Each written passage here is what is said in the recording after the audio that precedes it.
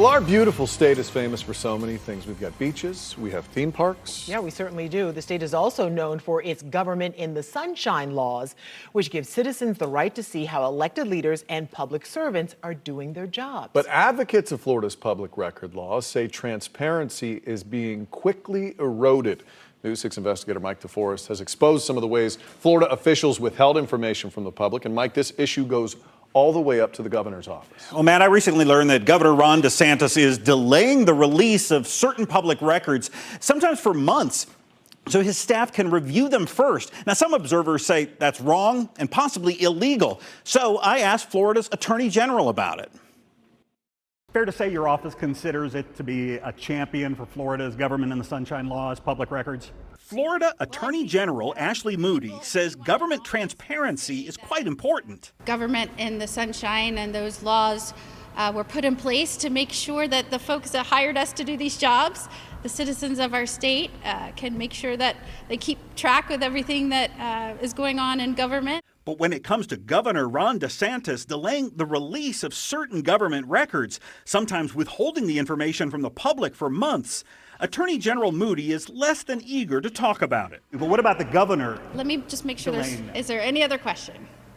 And as for any other officer and how they handle those processes, I just couldn't comment to that. She just couldn't comment to that.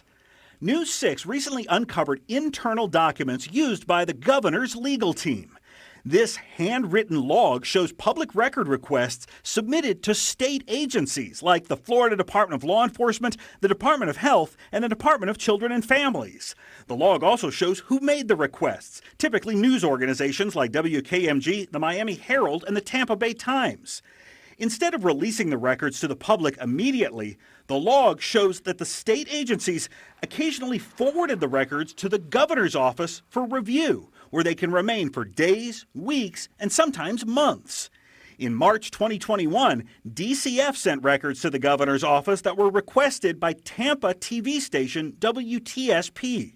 The governor's staff returned the records to DCF in December, more than 9 months later. I think it's illegal. It's flat out illegal. Michael Barfield is with the Florida Center for Government Accountability, a nonprofit that fights for timely access to public records. It's a job Barfield says is getting harder and harder. It's an all-out attack on the ability of citizens to find out what their government is up to. State law does not require government agencies to turn over public records within a specific time frame. But the Florida Supreme Court says the only delay permitted by the Florida Public Records Act is the limited reasonable time allowed the custodian to retrieve the record and delete those portions of the record the custodian asserts are exempt. Anything beyond that is considered an unreasonable delay and automatic violation of the Florida Public Records Act. DeSantis says he has a right to delay releasing public records that involve the governor's office or if he might be asked about them.